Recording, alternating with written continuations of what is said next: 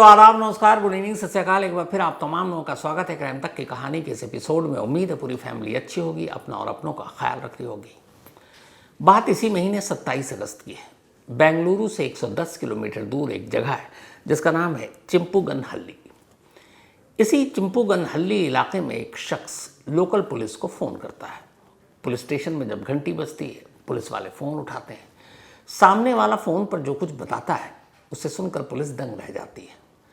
Phone करने वाले ने कहा कि साहब, मैं अभी एक इलाके से गुजर रहा हूँ। उस इलाके का उसने पता बताया और कहा, मैंने एक अजीब चीज़ देखी। एक कुत्ता जो है अभी मेरे पास सामने है और उसके मुंह में एक इंसानी हाथ है। अब जैसे ही पुलिस ने यह सुना, फ़ौरन पुलिस की एक टीम मौके के लिए रवाना हो गई। पुलिस वहाँ पहुँचती है। कुत्ता तब तक भाग चुका था, लेकिन सड़क किनारे एक इंसानी हाथ पड़ा था। पुलिस ने आसपास में देखा और कुछ मिला नहीं। अब इंसानी हाथ मिलने का मतलब था कि पुलिस के लिए एक नया केस था। फ़ौरन आला पुलिस अफसरों को खबर दी गई। इसके बाद ये तय हुआ कि आसपास के इलाकों की तलाशी ली जाए। अब पुलिस आसपास के इलाकों की तलाशी लेनी शुरू करती है। धीरे धीरे दायरा बढ़ता जाता है। थोड़ा आगे बढ़ती है, कुछ और एक इंसानी अंग, एक दूसरा पैर, हाथ, कुछ जगहों पर और आगे बढ़ते हैं, पैर, उंगलियां। अब एक जगह पर लाश के टुकड़े थे नहीं और पुलिस फोर्स को बुलाया जाता, उसका कहा जाता आसपास के सारे इलाके को खंगालो। अब धीरे धीरे करके जब पुलिस तलाश कर रही है तो लगभग 5 किलोमीटर के रेडियस में, यानी 5 किलोमीटर तक पुलिस की तलाशी पहुंच गई। इन 5 किलोमीटर के दायरे में तलाशी के दौरान कई घंटे बाद पुलिस को एक इंसानी लाश के कुल 19 टुकड़े मिलते हैं, 19 बॉडी पार्ट्स। पुलिस भी हैरान, क्योंकि इस इलाके की पुलिस के लिए पहला केस था जहां कोई कत्ल हुआ और कत्ल के बाद लाश के टुकड़े 5 किलोमीटर के दायरे में अलग अलग जगह फेंके गए। जाहिर सी बात है, इतनी दूरी के अंदर ये सारे टुकड़ों को फेंकने का मकसद कातिल का एक ही होगा, या कातिलों का, कि पुलिस को ये लाश के टुकड़े एक साथ ना मिले, पुलिस कंफ्यूज रहे और ये केस कभी खुले नहीं। अब पुलिस ने 19 टुकड़े तो बरामद कर लिए, लेकिन अभी भी तलाश जारी थी और उसकी वजह एक थी। बॉडी के सारे पार्ट्स तो मिल गए, लेकिन सर गायब था, यानी चेहरा नहीं मिला। अब बगैर चेहरे के लाश किसकी है, कैसे शिनाख्त करें? लेकिन 19 टुकड़ों ने एक निशानी दे दी थी, और वो निशानी ये थी कि जो हाथ मिले या पैर मिले उसमें कुछ गहने एकदम जस के तस थे। मतलब कातिल ने गहने नहीं उतारे, और उन गहनों से ये पता चला कि लाश एक महिला की है, किसी फीमेल की। और गहनों से ये भी आइडिया मिल गया कि ये मर्डर जो है लूटपाट की नीयत से नहीं किया गया, क्योंकि अगर कातिल का मकसद लूटपाट होता तो फिर वो गहने लाश के टुकड़े करने के बाद भी छोड़ता नहीं, मतलब अपने साथ ले जाता। अब पुलिस ने 19 टुकड़ों को संभाला, उसे भेजा सरकारी अस्पताल, वहाँ रखा। फॉरेंसिक टीम ने हर जगह मौके का मुआयना किया। अब चैलेंज ये कि बिना चेहरे की इस लाश को पहचानना है। सिर्फ 19 टुकड़े हैं पुलिस के पास, बॉडी के सारे पार्ट्स सिवाय सर के। फॉरेंसिक टीम भी लगी। अब ये हुआ कि जांच वाँच शुरू करो भाई, और ये पता करें फॉरेंसिक टीम की लाश किसकी है, कितनी उम्र होगी। फॉरेंसिक टीम उधर काम कर रही है, इधर पुलिस अब अपने काम पे जुट गई। सबसे पहले ये पता करना था कि चूंकि ये लाश के टुकड़े एक महिला के हैं, क्या आसपास के इलाके में कोई महिला हाल में गायब हुई है, किसी की मिसिंग रिपोर्ट है। अब 5 किलोमीटर के दायरे में तो लाश के टुकड़े हैं, तो इसका मतलब ये भी कि कातिल चालाक है। तो हो सकता है कि जो भी महिला हो वो कहीं दूर की हो और लाश यहाँ लाकर ठिकाने लगाया गया, क्योंकि 5 किलोमीटर तक घूम घूम कर उसने टुकड़े फेंके थे। खैर, पुलिस अब अपनी तलाश शुरू करती है। आसपास के जितने भी लोकल पुलिस स्टेशन हैं उन सब जगहों पर पूछती है, भाई कोई मिसिंग रिपोर्ट है। 24 घंटे में पहली कामयाबी मिलती है। पुलिस को पता चलता है कि इसी एक तुमकुरू डिस्ट्रिक्ट है, तुमकुरू डिस्ट्रिक्ट से एक महिला गायब हुई है, और उस महिला के हस्बैंड ने उसकी गुमशुदगी की रिपोर्ट 3 अगस्त को दर्ज कराई थी। लास्ट के टुकड़े 7 अगस्त को मिले, 7 अगस्त को, और इस महिला की गुमशुदगी की रिपोर्ट 3 अगस्त को लिखाई गई। पुलिस की एक टीम फौरन घर पहुंची, पुलिस स्टेशन पहुंची, देखा मिसिंग रिपोर्ट में क्या है। तो जब पूछताछ हुई और मिसिंग रिपोर्ट देखा गया तो पता चला कि जिस महिला की गुमशुदगी की रिपोर्ट है। उसका नाम लक्ष्मी देवी है, उम्र 42 साल, 42 ईयर्स। अब लक्ष्मी देवी इसी इलाके के बिल्ला गांव की रहने वाली थी और 3 अगस्त को अपनी बेटी के घर गई थी। उसकी बेटी की शादी हो चुकी थी, तेजस्वी के घर गई और उसके बाद बेटी को ड्रॉप किया और वापस अपने घर आ रही थी, लेकिन घर पहुंची नहीं। तो जब 3 अगस्त को पहुंची नहीं तो देर रात पति ने रिपोर्ट लिखा दी।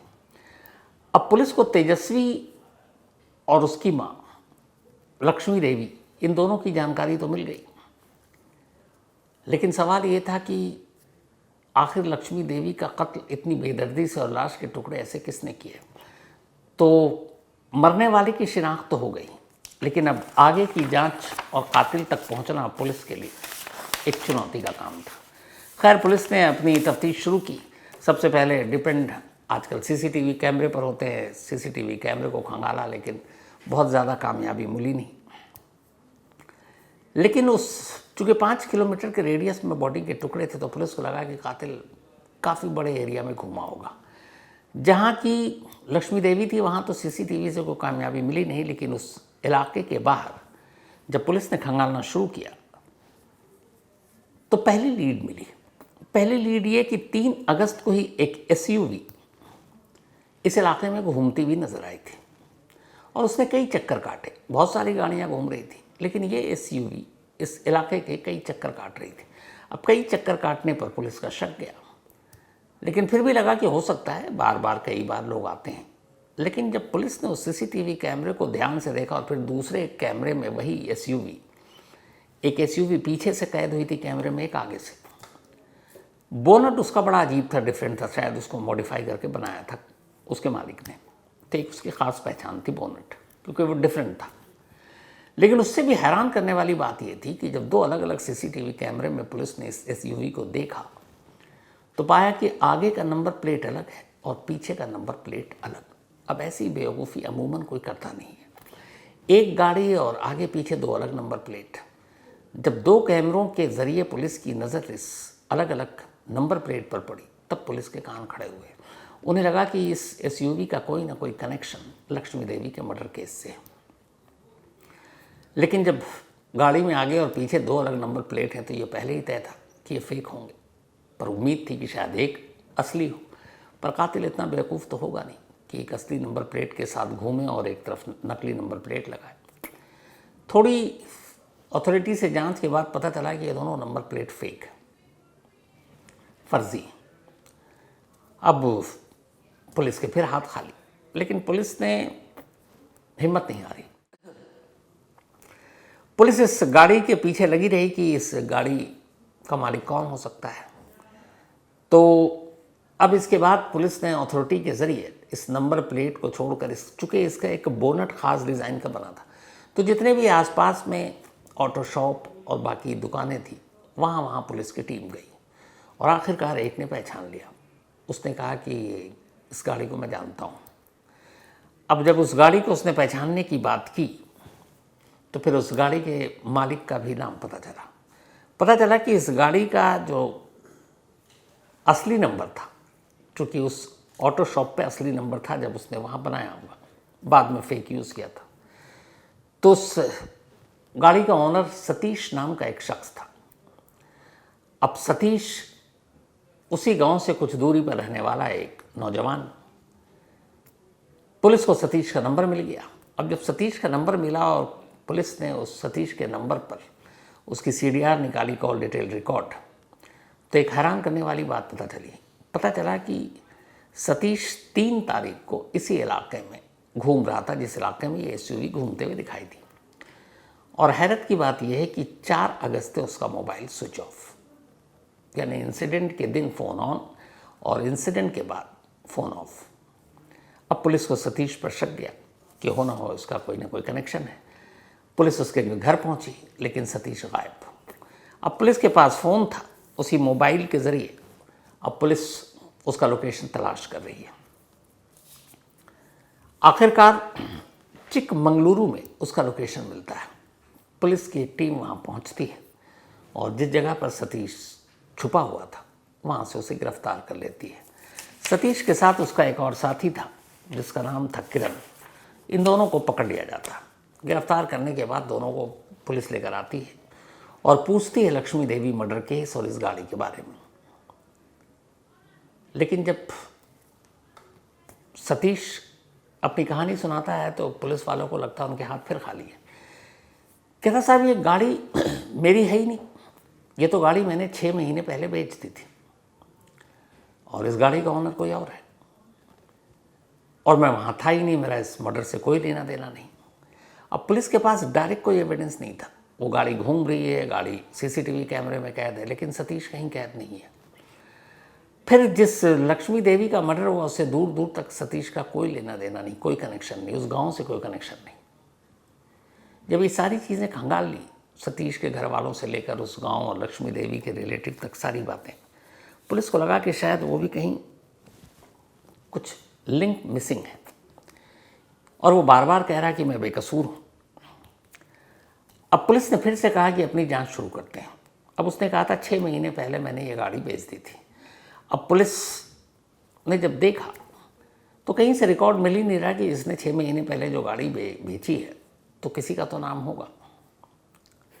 लेकिन खैर उसने बताया, तब पुलिस उसके बयान के आधार पर कि 6 महीने पहले ये गाड़ी बेची और उसने कहा ये गाड़ी मेरे नाम पर नहीं है। अब पुलिस तलाश करती है अथॉरिटी के ज़रिए, जिस जगह पर ऑटो शॉप वर्कशॉप में ये गाड़ी को मॉडिफाई किया गया वहाँ फिर एक नाम आता है और पता चलता है कि एक डेंटिस्ट है, डॉक्टर रामचंद्रैया, उम्र 42 साल।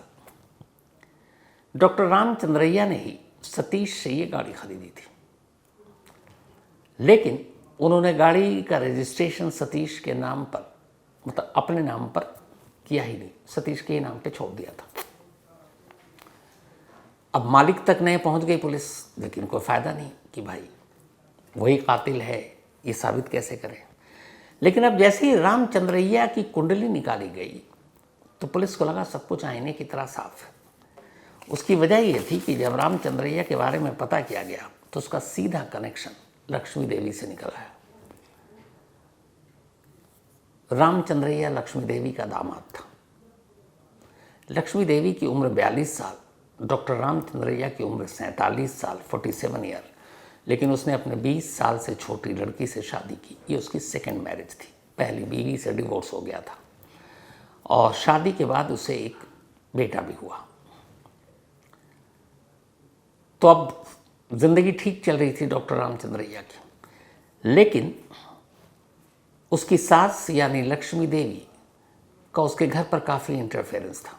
वो अक्सर घर आती, अपनी बेटी को समझाती और रामचंद्रैया को ये लगता है कि सास जिस तरीके से मशवरा दे रही है अपनी बेटी को, उससे उसका घर टूट जाएगा। वो उसे कई और उसके हिसाब से ऊट पटांग बातें बताती।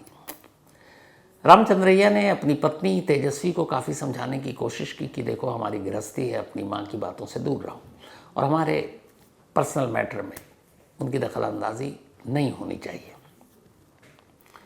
लेकिन लक्ष्मी देवी मानी नहीं।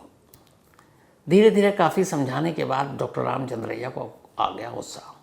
उसने कहा कि अगर वो इसी तरीके से तेजस्वी को समझाती रही और उसके घरेलू मामले में दखल देती रही तो ये घर टूट जाएगा।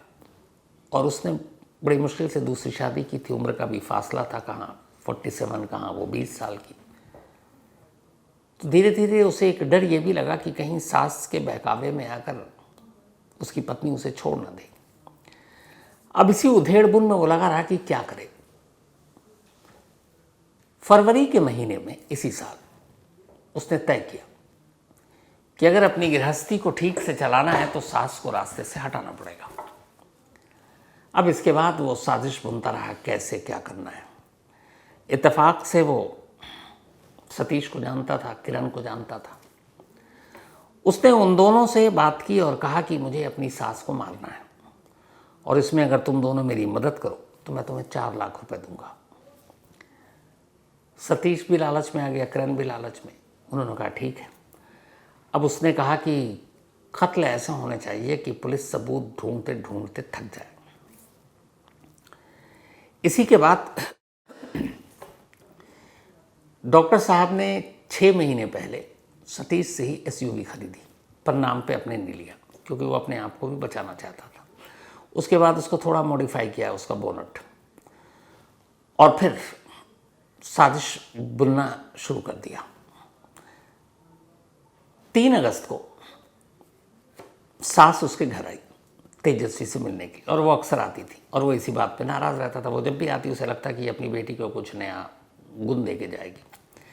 खैर आई, और उधर सास भी अब नाराज़ रहती थी, लेकिन उस दिन उसने सास से बड़े अच्छे से बात की और फिर बोला कि चलिए मैं आपको घर छोड़ देता हूँ। इसके बाद अपनी उसी एसयूवी में उसे बिठाया, रास्ते में सतीश और किरण को लिया। उसने कहा कि इन्हें भी रास्ते में छोड़ना है। अब वो चल दिए। पीछे की सीट पर सास बैठी थी और सतीश और किरण बैठा था, आगे डॉक्टर चंद्रई गाड़ी चला रहे थे। रास्ते में ही दोनों ने मिलकर सास का गला दबा दिया। सास के कत्ल के बाद बॉडी को उठाकर डिग्गी में रखा और फिर ये वहाँ से चल दिया। इसके बाद एक गांव के बाहर बिल्लाव गांव, वहाँ पर इन्होंने रात को उसी डिग्गी में से लाश निकाली। लाश निकालने के बाद तेज़ धार हथियार पहले से था, लाश के टुकड़े किए, और ये डॉक्टर का हुक्म था कि इतने टुकड़े करो कि अगर पुलिस को लाश के टुकड़े मिले भी तो पता नहीं चले कि मरने वाला है या मरने वाली है, और छोटे टुकड़े होंगे तो जानवर वैसे ही खा जाएंगे तो कुछ पता नहीं चलेगा।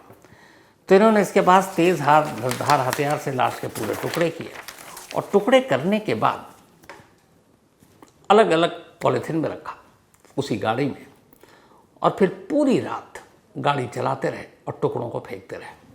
करीब 5 किलोमीटर के दायरे में इन्होंने लाश के टुकड़े फेंके।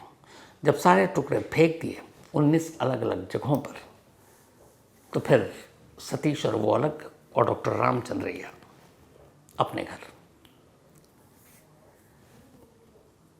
लेकिन आखिरकार तीनों पकड़े गए। इनकी निशानदेही पर वो सर भी बरामद हो गया। वो उन्होंने 20वीं जगह पर फेंका था, और सर के ऊपर कुछ मट्टी वट्टी भी डाल दिया था ताकि चेहरा शिनाख्त न वाला कि तब भी जब सर बरामद हुआ तो लाश की हालत ख़राब थी, लेकिन वो भी बरामद हो गया, और उससे फिर आइडेंटिफिकेशन में और भी आसानी हो गई। अब ये तीनों पुलिस कस्टडी में, उसके बाद जुडिशल कस्टडी में जेल भेज दिए गए। डॉक्टर रामचंद्रैया से पूछा जब पुलिस ने कि आखिर इतनी बेदर्दी से क्यों तुमने अपनी सास को कत्ल किया, उसने कहा मुझे डर था कि मेरी सास मेरी बीवी को जिस तरीके से गुमराह कर रही है उससे हमारा घर टूट जाएगा, और मैंने बहुत समझाने की कोशिश की, लेकिन ना मेरी बीवी मानी ना सास, और वो अक्सर घर आ जाती, और जब भी घर आती तभी मुझे लगता कि वो कोई ऐसी बात करके जाएगी जिससे शायद मेरा घर टूट जाएगा। तो जब मुझे कोई रास्ता नहीं दिखा तो फिर मैंने सास को ही अपने रास्ते से हटाने का फैसला कर लिया। पति पत्नी को मार रहे हैं, पत्नी पति को, लेकिन यहाँ एक दामाद ने सास को निपटा दिया। वो भी इसलिए क्योंकि वो नहीं चाहता था कि वो सास उसके और उसकी बीवी के बीच में आ जाए। बचने की पूरी कोशिश की थी। 5 किलोमीटर का दायरा, 19 लाश के टुकड़े, 20वां चेहरा, लेकिन एक कुत्ते के हाथ एक हाथ लग गया, मतलब मुंह में, और उसी दिन पहली लीड मिली और उसी दिन से ये केस सामने आया। तो ये थी आज की कहानी। अब आपसे मुलाकात होगी कल रात 9 बजे किसी नई कहानी के साथ। तब तक अपना और अपनों का ख्याल रखिएगा। Thank you very much.